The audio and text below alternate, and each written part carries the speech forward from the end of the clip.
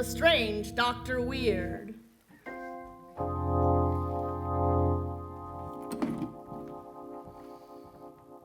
Good evening. Come in, won't you? You seem a bit nervous. Perhaps it would calm you a little if I were to read to you from the secret journal of Professor Drake. It's a fascinating tale. I call it Journey into the Unknown.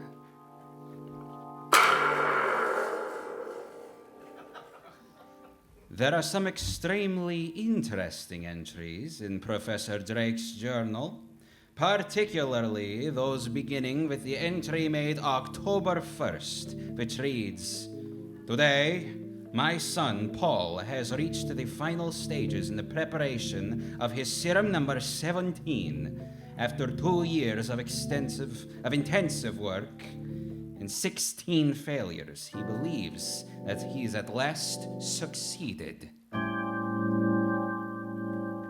But just think of it, Paul. Before you took the serum, you could only lift 200 pounds. But now you can lift 400. Why, your strength has been doubled. Yes. With the added strength my serum will give him, man will be able to resist diseases that he succumbs to now. His lifespan will be lengthened by 20 or 30 years, perhaps even... I'll answer it, Paul. Oh, it's you, Julia. Yes, I want to see Paul. Well, you can't, Julia. He's right in the midst of an experiment. But I haven't seen or heard from him in 2 weeks. After all, I am his fiancée. But, Julia, he can't be disturbed. He's in... Oh, hello, darling. My Julia. Oh, Paul, you squeezed me so tightly. I'm sorry, dear. I'm afraid I don't know my own strength. Oh, that's all right, Paul. What kind of experiment is it that you're working on? Darling, I can't reveal anything yet, not even to you. But when my work is done, you'll be the first one to hear about it. Here's the entry for October 7th. Serum number 17 is effective beyond Paul's wildest hopes. Just think of it, Paul. Today you were able to pick up 600 pounds with ease. Yes. Why are you staring at yourself in the mirror so? Father, do you notice any change in the shape of my head? Why, no, Paul, and I'd certainly notice a change if there were one. Yes, of course. Must be just my imagination. On October 8th, he wrote, "This morning when I entered the laboratory, I found Paul fast asleep at his desk. I woke him." Paul, wake up. You should have gone to bed when I... Paul, no, it can't be. What is it, Father? What's wrong? Your face. My face? Quick, hand me that mirror. Yes, here. No. I was right. Look at me, Father. My face has become broad, the features flattened, the cheekbones prominent. And notice how thick the hair on my body has become. I've reverted to the Neanderthal man. The Neanderthal man? But Paul, he existed 50,000 years ago. Yes, I know. At the swift pace I'm going backwards, it may only be a week, a few days, before I revert to an ape completely. What are we going to do? There's only one way I can save myself. I must find a neutralizer that will stop the serum from changing me into an ape before it's too late. In his entry for October 10th, he wrote, "Paul has been working 48 hours without rest, and so far has been unsuccessful in finding a neutralizer. This morning, when I entered the laboratory, I could see that he is looking more and more like an ape every day." Paul, you just can't go on this way. You've got to get some rest. I can't rest. Every minute is precious. I lost 4 hours last night. Lost 4 hours? I don't understand. Well, I was working here last night. I glanced at the clock to find it was just 3 o'clock. And the next thing I remember was finding myself in the hall. And the clock was just striking 7. I can't remember those 4 hours. Where I was, what I was doing. In those 4 hours, I lost my ability to think as a man. My mind became that of an ape. During those 4 hours, I actually was an ape. We return to the story of the terrible danger threatening this young scientist in just a moment. Meanwhile, for a breathing spell, a word from Dr. Weird. Yes, a breathing spell. Something pleasant to think upon. And what subject would be more appropriate at this fall season than hats? I'm sure my young friend here can tell you something most helpful about Adam hats. Thank you, Doctor.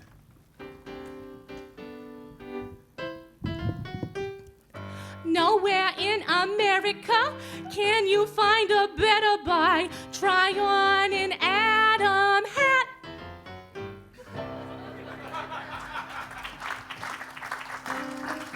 Gentlemen, Adam, head of the famous Americans for many years, has created a brand new value in fine headgear for men. It's the Adam 5.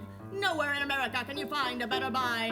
Try on an Adam 5. See for yourself. Notice the perfect fit, the up-to-the-minute fashion, the quality feel of the lustrous fine fur felt. Every Adam 5 is fine fur felt, hand-blocked by master craftsmen, and you have a great variety of correct styles from which to choose. Try on an Adam 5 tomorrow. You'll look right and feel right in one. Proud to be seen wearing one anywhere. For other Adam hats, choose from prices ranging from $3.45 to $10. If it bears the Adam crest of quality inside the crown, you can be sure of honest value.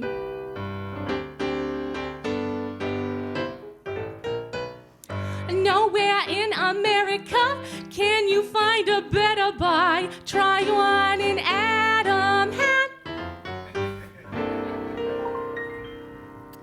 Now, let's return to Dr. Weird and his tale, Journey into the Unknown.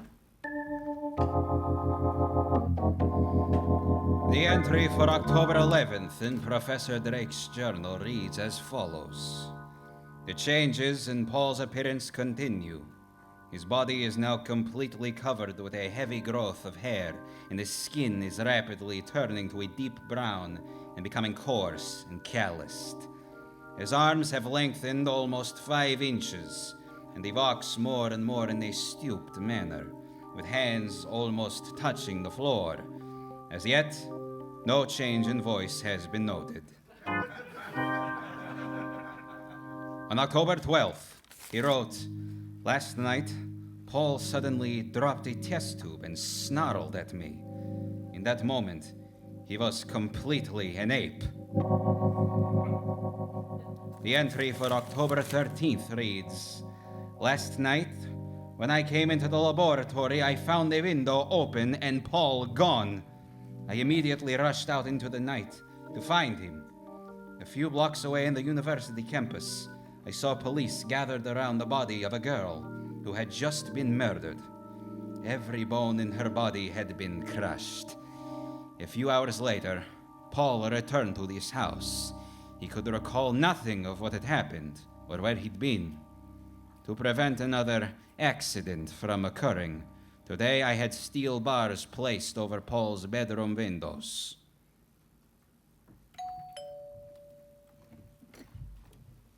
Oh, it's you, Julia. Good evening, Mr. Drake. I want to see Paul.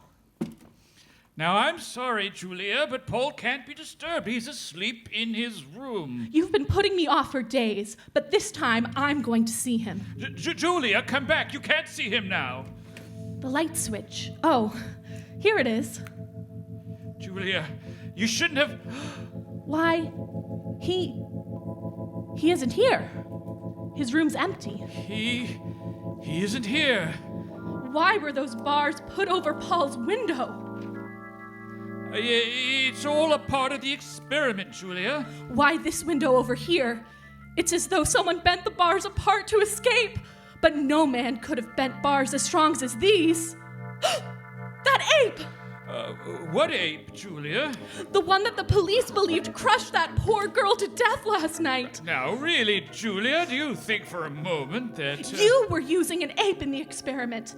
This room was his cage, and now he's escaped. Julia, you're wrong, I assure you. Paul's out looking for that ape, isn't he? And the ape's a killer! Oh, please, Julia. I'm going to get the police. At the latest by day after tomorrow. And now a special message from police headquarters. 20 minutes ago, an unidentified girl was found crushed to death. It is believed she was killed by the ape that murdered Betty Ryan late last night. All residents are warned to get off the streets. Father, I heard what that announcer said. I killed that girl tonight, didn't I? And the one last night, too. I'm a murderer. Paul, listen to me. The police are looking everywhere for you. We haven't a moment to lose. The neutralizer we were working on last night, it should be ready by now, shouldn't it? Yes. And this time, I'm certain it will work. You must take an injection before it's too late, and you revert forever to an ape. Open up in there! It's the police! Quick, Father, the neutralizer, before it's too late. I have to fill this hypodermic, Paul, before I can give you the injection. All right, you men! Break the door down! Hurry, Father, hurry! I am! It's too late! The ape! There he goes, men! Out the window! Paul! Paul, come back! Mike, flash a warning to every patrol car! Issue Tommy guns to all the men! The orders are... shoot to kill! All right, men, spread out. We've got that ape cornered now.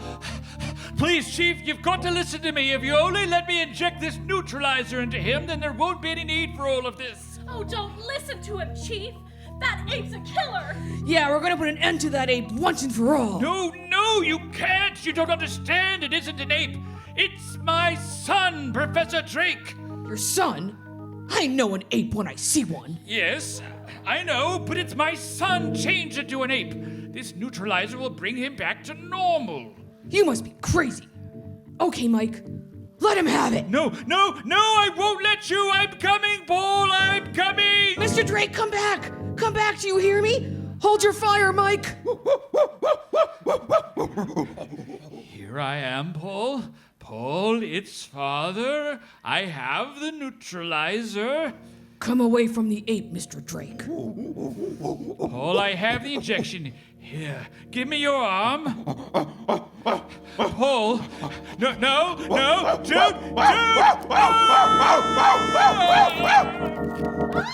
killed him. All right, Mike. He's dropped the old man's body now.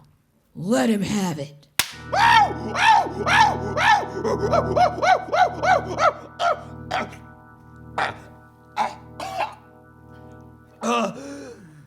My chest.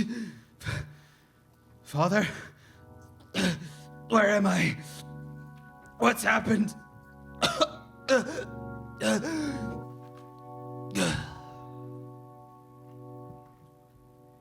'Twas a great pity about poor Professor Drake, wasn't it? He was so young. What am I going to do with his journal? I thought I might carry on his experiments, but I would need someone to assist me. A sort of a human guinea pig. Perhaps you would like to volunteer.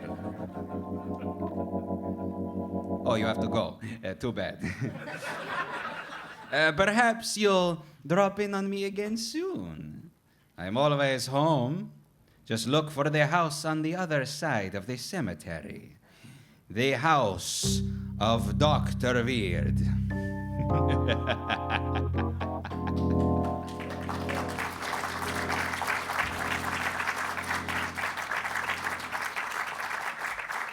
Join us again next week at this same time for another visit with The Strange Dr. Weird. The Strange Dr. Weird, directed by Ella McGon Geiger, is presented by the makers of Adam Hats, the hats that are always tops in quality. This is Mutual.